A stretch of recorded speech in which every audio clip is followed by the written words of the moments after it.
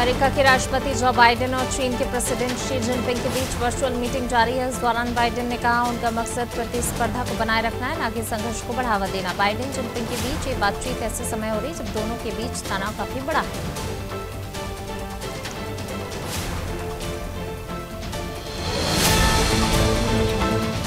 Islamic उपदेशक जाकिर नाइक की ओर से भारत में संचालित इस्लामिक रिसर्च फाउंडेशन पर लगा प्रतिबंध केंद्र सरकार ने 5 साल के लिए और बढ़ा दिया। केंद्र सरकार ने सोमवार को इसकी जानकारी दी। गृह मंत्रालय ने बताया जाकिर नाइक द्वारा दिए गए बयान, भाषण आपत्तिजनक और विध्वंसक। तालिबानी सेना ने अफगानिस्तान की राजधानी काबुल में अमेरिकी गाड़ियों और रूसी हेलीकॉप्टरों के साथ शक्ति प्रदर्शन किया। परेड के जरिए तालिबान ने दिखाया कि कैसे उसने एक विद्रोही गुट से अस्थायी सेना में खुद को तब्दील किया। इसी साल अगस्त में अमेरिकी सेना की वापसी के बाद पीछे छूटे गए हथियारों का इस्तेमाल तालिबान कर रहा है। रक्षा मंत्रालय के प्रवक्ता इनायतुल्लाह ख्वारजमी ने कहा कि परेड 250 नए प्रशिक्षित सैनिकों के ग्रेजुएशन से जुड़ी थी। परेड में अमेरिकी निर्मित M11 7 वक्तबंद सुरक्षा वाहन शामिल थे। तालिबानी लड़ाकों के हाथ में M4 असॉल्ट राइफल्स थी। तालिबानी सेना अब जिन हथियारों और उपकरणों का उपयोग कर रही है उनमें से ज्यादातर हथियार और उपकरण अमेरिका ने पूर्व अफगान सरकार को सप्लाई किए थे। तालिबान अब अफगान नेशनल आर्मी के पायलट, मैकेनिक्स और अन्य विशेषज्ञों को भी नई सेना में शामिल करेगा।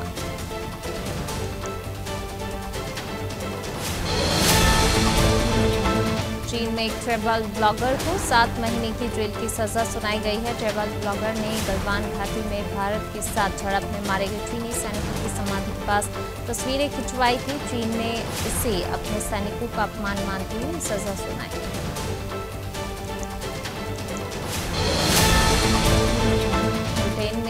लिवरपूल के महिला अस्पताल के बाहर हुए धमाके को पुलिस ने आतंकी घटना करार दिया। सुबह करीब 11 बजे हुए धमाके में एक व्यक्ति की मौत हो गई। धमाका एक टैक्सी में हुआ था। इसका ड्राइवर एक ब्रिटिश नागरिक डेविड बैरी था। धमाके से पहले वो टैक्सी से बाहर कूद गया था। अमेरिका में गन कल्चर के कारण समाज में हिंसा पर अंकुश नहीं लग पा रहा है। बंदूक खरीदने के लिए बाकायदा लाइसेंस लेने की कवायद करनी पड़ती है, लेकिन अमेरिकी कानून के अनुसार बंदूक के कलपुर्जों को बिना किसी लाइसेंस के खरीदा जा सकता है। अब अपराधी और यहाँ तक कि बच्चे भी ऑनलाइन ऑर्डर देकर बंदूक के कलपुर्जों को मंगवा रहे हैं। चीन में 28 दिनों में कुल 1280 मामले आए हैं। दूसरे देशों की तुलना में काफी कम संक्रमण होने के बावजूद चीन कोविड को लेकर किसी प्रकार की ढिलाई नहीं बरत रहा। यही नहीं, 2019 के अंत में वुहान में संक्रमण फैलने के बाद कोरोना की रोकथाम के लिए बनाई गई कोविड-0 नीति को लगातार सख्त कर रहा है। 5 दिवसीय दुबई एयर शो का दुबई वर्ल्ड सेंट्रल और अल मखदूम एयरपोर्ट पर प्रदर्शन चल रहा है। यूएई के रक्षा मंत्रालय ने वैश्विक रक्षा आपूर्तिकर्ताओं के साथ कुल $5.23 बिलियन के अनुबंध पर हस्ताक्षर किए। 1989 में शो शुरू होने के बाद ये अब तक सबसे बड़ा शो है। नेपाल के मास्तांग जिले में रविवार दोपहर एवलांच यानी हिमस्खलन हुआ। इसकी चपेट में आने से 11 लोग घायल हो गए। इनमें 7 स्थानीय स्कूल के छात्र हैं। स्थानीय लोगों का कहना है जैसे ही पहाड़ों से एवलांच नीचे की तरफ आना शुरू हुआ तो लोग यहां से भागे।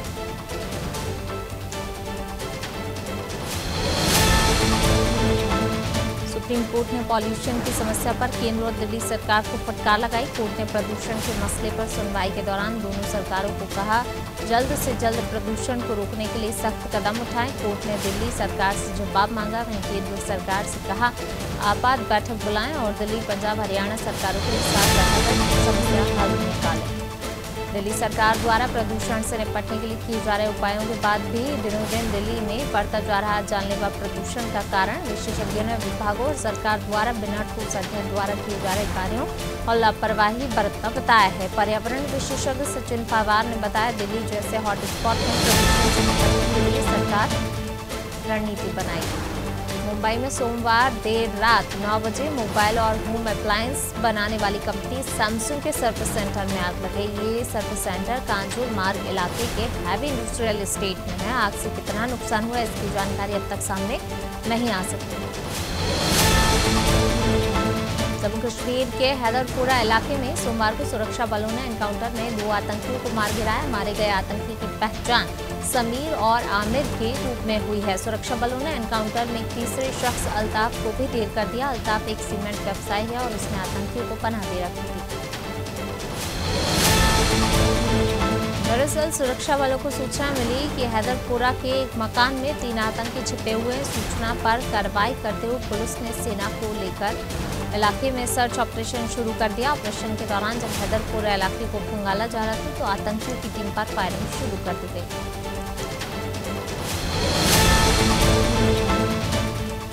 जम्मू कश्मीर में 149 साल पुरानी दरबार मूव परंपरा खत्म होने से जम्मू के कारोबारी बेहद नाराज हैं। वहीं जम्मू को अपना दूसरा घर बनाने वाले कश्मीरी कर्मचारी भी निराश हैं। प्रशासन का दावा है दरबार मूव बंद करने से सरकारी खजाने को सालाना 150 से 200 करोड़ रुपए से अधिक की बचत होगी। मशहूर लेखिका मनु महेंद्र कुमारी भंडारी का सोमवार को 90 की उम्र में हरियाणा के गुरुग्राम में निधन हो गया। रजनीगंधा, निर्मला, स्वामी, दर्पण फिल्मों की पटकथा लिखने वाली मनु भंडारी का मध्य प्रदेश से नाता रहा है। उनका जन्म 3 अप्रैल 1931 को मंदसौर के भानपुरा में हुआ। हरियाणा में सोमवार को सरकार की नीतियों और नकली डीजल की कई जगह हो रही बिक्री के विरोध में पेट्रोल पंप संचालकों की हड़ताल रही। पानीपत में टोक्यो ओलंपिक में स्वर्ण पदक विजेता नीरज चोपड़ा भी अपनी चमचमाती लग्जरी कार में हड़ताल के दौरान पेट्रोल डलवाने मिथलोड़ा स्थित गंगा फिलिंग स्टेशन। पंजाब में कांग्रेस की कलह थम नहीं रही है। केदारनाथ समझौते के बावजूद पंजाब कांग्रेस चीफ नवजोत सिद्धू और सीएम चरणजीत चन्नी के मतभेद नहीं थम रहे। सोमवार को सिद्धू ने फिर 1 लाख नौकरी न देने, आखिरी 3 महीने में लॉलीपॉप देने के मुद्दे उठाए। करीब 1 घंटे बाद सीएम चरणजीत चन्नी का भी जवाब आ गया। उन्होंने कहा पंजाबियों के मसले हल करने के लिए हमारी सरकार ने 52 दिनों में एक सुचारू फैसले लिए। खास बात रही सिद्धू सरकार पर सीधा अटैक करते हैं, वहीं सीएम चन्नी संयमित ढंग से इशारों में इसका जवाब दे रहे हैं। महाराष्ट्र और बिहार जैसे राज्यों में चुनावी सफलता से गदगद ऑल इंडिया मजलिस से इत्तेहादुल मुस्लिमीन AIMIM अब राजस्थान में भी एंट्री करने वाली पार्टी प्रमुख असदुद्दीन ओवैसी ने सोमवार को जयपुर में इसकी घोषणा की। ओवैसी ने कहा हमारी पार्टी आगामी राजस्थान विधानसभा चुनाव में भी मैदान में उतरेगी। अगले 1.5 महीने में पार्टी प्रदेश में विधिवत लॉन्च होगी। बिहार के भोजपुर जिले में अपराधियों ने एक बड़ी वारदात को अंजाम दिया। अपराधियों ने दिन दहाड़े बाबूगंज पंचायत के नवनिर्वाचित मुखिया संजय सिंह की गोली मारकर हत्या कर दी। घटना को 4 पोखरी थाना क्षेत्र के भलुआना गांव के पास दोपहर 3 बजे के करीब अंजाम दिया गया। पाकिस्तान ने सोमवार को 20 भारतीय मछुआरों को रिहा कर दिया। ये सभी अटारी वाघा बॉर्डर से देश पहुंचे। रिहाई से खुश एक मछुआरे ने बताया कि मुझे समंदर से पकड़ा गया था, जेल में 4 साल हो गए थे। 4 साल बाद मैं अपने परिवार के लोगों से मिलूंगा, मुझे बहुत खुशी हो रही है। सरकार का बहुत धन्यवाद।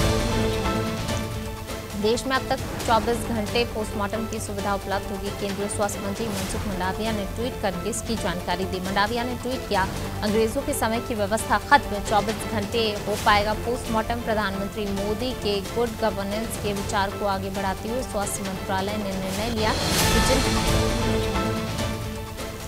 सलमान खुर्शीद की किताब को लगातार बवाल मचा हुआ है। सोमवार को कांग्रेस के वरिष्ठ नेता सलमान खुर्शीद के नैनीताल स्थित घर पर आगजनी और पत्थरबाजी हुई। जानकारी के मुताबिक हमला करने वाले उपद्रवियों के हाथों में बीजेपी का झंडा था। सभी नारे लगाते हुए उनके घर में घुस गए।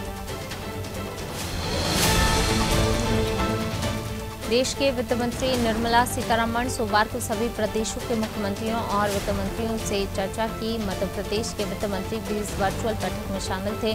बैठक के बाद प्रदेश के वित्त मंत्री जगदीश देवड़ा ने कहा, निश्चित तौर पर कई महत्वपूर्ण मुद्दों पर चर्चा हुई। लोगों को ज्यादा से ज्यादा रोजगार से जोड़ा जाए, सब चीजों पर भी चर्चा हुई। फतेहाबाद के रास्ते उज्जैन से इंदौर जाने वाली ट्रेन का शुभारंभ हो गया। प्रधानमंत्री मोदी ने ट्रेन को भोपाल से वर्चुअल हरी झंडी दिखाकर रवाना किया। वहीं उज्जैन में सांसद अनिल फिरोजिया, राज्यपाल उज्जैन कलेक्टर आशीष सिंह और DRM विनीत गुप्ता ने ट्रेन को हरी झंडी दिखाई। साथ ही सांसद फिरोजिया ने सौगात के लिए PM का आभार व्यक्त किया। भोपाल के हबीबगंज रेलवे स्टेशन का नाम गूंड रानी कमलापति के नाम पर रखा गया है। विश्व स्तरीय रेलवे स्टेशन को तो रानी कमलापति का नाम मिल गया, लेकिन बुधनी के नजदीकी रानी कमलापति का महल अभी भी खंडर है। यह है विंध्याचल पर्वत श्रृंखला की सलगनपुर पहाड़ी पर ग्राम पंचायत सेमरी से 2 किलोमीटर की दूरी पर स्थित है। प्रसिद्ध इतिहासकार, लेखक और थिएटर के दिग्गज बलवंत मोरेश्वर उर्फ बाबा साहेब पुरंदरे का सोमवार तड़के निजी अस्पताल में निधन हो गया। बाबा साहेब पुरंदरे के निधन पर प्रधानमंत्री नरेंद्र मोदी, राज्यपाल भगत सिंह कोश्यारी समेत तमाम नेताओं ने शोक व्यक्त किया। नागपुर पहुंचे महाराष्ट्र के पूर्व मुख्यमंत्री फडणवीस ने शोक व्यक्त किया। प्रदेश सहित गरियाबंद में 1 दिसंबर से समर्थन मूल्य पर धान खरीदी शुरू होनी है, जिसको लेकर प्रशासन बिचौली पर नजर बनाए हुए है। अफसरों की चौकसी और सतत निगरानी के चलते तस्कर पस्त नजर आ रहे हैं। जिले के कलेक्टर और एसपी ने ओडिशा के 3 जिलों से घिरे देवभूमि के सीमावर्ती इलाकों का सघन दौरा कर आवश्यक निर्देश दिए। इंदौर क्राइम ब्रांच और पुलिस ने संयुक्त कार्रवाई करते हुए अवैध शराब के साथ 4 आरोपियों को गिरफ्तार किया। पुलिस ने आरोपियों के कब्जे से लाखों रुपए की शराब जब्त की। पुलिस को सूचना मिली थी संयुक्तागंज के एपी रोड पारसी मोहल्ले में अवैध शराब रखी हुई है, जिसे 4 व्यक्ति शहर में बेचने की प्राप्त। इंदौर के हीरानगर थाना क्षेत्र के बाल सुधार गृह से 6 अपचारी लड़के खिड़की की ग्रिल उखाड़कर फरार हो गए। इसकी जानकारी सामने आते ही हड़कंप मच गया। हीरानगर थाना पुलिस मौके पर पहुंची और जांच शुरू की। बस स्टैंड सहित आसपास के इलाकों में तलाश की, लेकिन किसी का भी पता नहीं चल सका। जशपुर के कांसाबेल में स्थित नवीन शासकीय महाविद्यालय के प्रबंधन की मनमानी से छात्र छात्राएं परेशान हैं। सेकेंड ईयर और फाइनल ईयर के छात्रों से एडमिशन फीस के अलावा 200 रुपए से अधिक वसूले जा रहे हैं। छात्रों को फीस की स्लिप भी नहीं दी जा रही। छात्रों का कहना है फॉर्म भरने के लिए ऑनलाइन शॉप में 50 से 100 रुपए चार्ज लिया जाता है। सलकनपुर स्थित सेवा समर्पण आश्रम के संत महामंडलेश्वर 1008 ईश्वरानंद उत्तम स्वामी महाराज और उनके भक्तों ने 14 नवंबर से नर्मदा परिक्रमा की शुरुआत की। परिक्रमा लगभग 6 माह में पूरी की जाएगी। बुधनी नगर में स्वामी जी सहित साथ चल रहे भक्तों का जगह जगह पुष्प वर्षा कर भव्य स्वागत किया। झिरनिया नगर के गली मोहल्ले में तुलसी विवाह संपन्न हुआ। देवउठनी 11 के दिन बंजारा समाज की महिलाओं ने तुलसी माता का विवाह बड़ी धूमधाम के साथ मनाया। तुलसी माता का विवाह भगवान श्री सालग्राम जी के साथ किया गया। महिलाओं ने 5 दिन का व्रत कर पूजा संपन्न की। देशवासी की गई। नसरुल्लागंज में देवउठनी एकादशी धूमधाम से मनाई गई। देवउठनी 11 पर देवउठ के उठने के साथ ही समस्त मांगलिक कार्यक्रम को भी शुरुआत हो गई। ग्राम रफीगंज में 18 जोड़ों का यादव समाज द्वारा सामूहिक विवाह सम्मेलन किया, जिसमें ग्राम और क्षेत्र के परिवारों द्वारा अपने पुत्र पुत्री का विवाह सामूहिक सम्मेलन में संपन्न कराया। करेली में राष्ट्रीय राजपूत करणी सेना द्वारा करेली में वीर शिरोमणि महाराणा प्रताप की पंच धातु से बनी 12 फीट की मूर्ति की स्थापना हुई। कार्यक्रम में हजारों की संख्या में कार्यकर्ता और आमजन सम्मिलित हुए। बड़े हर्ष उल्लास के साथ करेली मेन रोड से होते हुए जुलूस निकाला गया। राजपूत करणी सेना द्वारा बताया। नसरुल्लागंज के ग्राम पंचायत जोखला के हुए मनरेगा में भ्रष्टाचार को लेकर भारतीय मानवाधिकार सहकार ट्रस्ट के प्रदेश उपाध्यक्ष सहित कई अधिकारी ग्रामीणों के बीच पहुंचे और चर्चा की। वहीं मनरेगा में हुए भ्रष्टाचार को लेकर केंद्रीय ग्रामीण विकास, पंचायती राज और खान मंत्री को पत्र लिखकर कार्रवाई की मांग की। पिछौर में ईओडब्ल्यू की टीम ने ग्राम पंचायत मुहारी कला के रोजगार सहायक को रिश्वत लेते गिरफ्तार किया। रोजगार सहायक राघवेंद्र लूधी 30,000 रुपए की रिश्वत ले रहा था। मस्टर भरने और पंचायत संबंधी कार्यों के बिलों को पास कराने के एवज में 4,30,000 रुपए की मांग की थी। 3 लाख रुपए की होने के बाद दे दिए। राजनांदगांव में 24 घंटे में 4 चोरी की घटनाएं घटी। बसंतपुर में जीवन कॉलोनी स्थित एक मकान में चोरों ने लाखों के सामान पर हाथ साफ कर दिया। इसके बाद कोतवाली थाना क्षेत्र के ओसवाल लाइन में चोरों ने मकान से नगद समेत 4 से 5 लाख के सामानों की चोरी की। इसी कड़ी में चोरों ने पूर्व जिला पंचायत अध्यक्ष से शिकायत की। कलेक्टर के निर्देश पर जांजगीर चांपा जिले में लगातार ओवरलोड गाड़ियों पर कार्रवाई की जा रही है। सोमवार को खनिज विभाग द्वारा पुलिस ने डोलोमाइट का अवैध परिवहन करते 5 ओवरलोड डंपरों को जब्त किया। ओवरलोड वाहनों के चलते धनेली से जाजपुर चौक बारद्वार रोड गड्ढों में तब्दील हो गया, जिससे आम नागरिक परेशान। दुर्ग के भिलाई चरोदा नगर निगम के पार्षद सूरज बंछोड़ की अज्ञात लोगों ने हत्या कर दी। सोमवार देर रात हमलावरों ने हथखोज में घर के पास ही सूरज बंछोड़ पर हमला कर दिया। पार्षद के शरीर पर धारदार हथियार से वार के निशान थे। आनंद में आसपास के लोगों ने उसे अस्पताल में भर्ती कराया, जहां डॉक्टरों ने मृत घोषित कर दिया। बांदा जिले के सभी लॉ कॉलेज के छात्र छात्राओं ने मांगों को लेकर राष्ट्रीय राजमार्ग 35 को 2 घंटे जाम कर जोरदार प्रदर्शन किया और नारेबाजी की। इसके चलते दोनों तरफ गाड़ियों का जाम लग गया और मौके पर पहुंची पुलिस ने छात्राओं को छोड़ लगभग 1 दर्जन छात्रों को हिरासत में लिया। छात्रों ने विश्वविद्यालय से दोबारा लिखित परीक्षा कराने की मांग की। यूपी के बांदा में एक युवक की दिन दहाड़े गोली मारकर हत्या कर दी गई। गोली चलने की आवाज सुनते ही गांव के लोगों ने मौके पर पहुंचकर देखा तो युवक की मौत हो चुकी थी। सूचना मिलते ही एसपी सहित पुलिस के आला अधिकारी मौके पर पहुंचे और जांच पड़ताल शुरू की।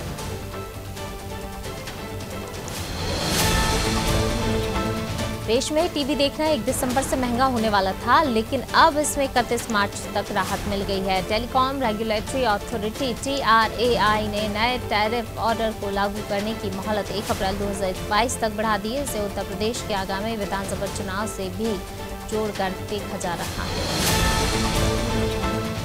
बॉबी राज जुरीना राज की बेटी और मशहूर एक्टर जगदीश राज की नातिन मालविका राज बतौर हीरोइन स्क्वाड फिल्म से मनोरंजन जगत में कदम रख रही हैं। हालांकि उन्होंने कभी खुशी कभी गम में बतौर चाइल्ड आर्टिस्ट छोटी करीना का रोल निभाया था। खैर, डांस और एक्टिंग की ट्रेनिंग लेने वाली मालविका की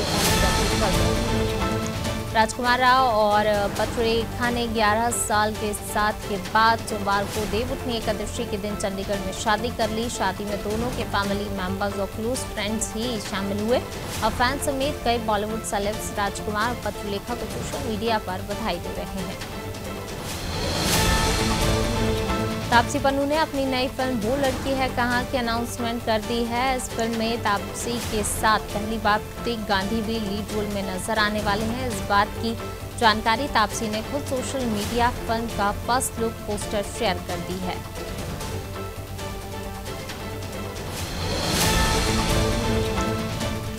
बॉलीवुड के खिलाड़ी कुमार यानी कि अक्षय की फिल्म सूर्यवंशी 5 नवंबर को सिनेमाघरों में रिलीज हुई, जिसने दूसरे ही हफ्ते बेहतरीन कलेक्शन करते हुए 155 करोड़ का बॉक्स ऑफिस कलेक्शन कर लिया। सूर्यवंशी से पहले भी अक्षय कुमार की फिल्में 100 करोड़ के क्लब में शामिल होती रही हैं। इनमें से 3 बेहतरीन फिल्में कोरोना काल से पहले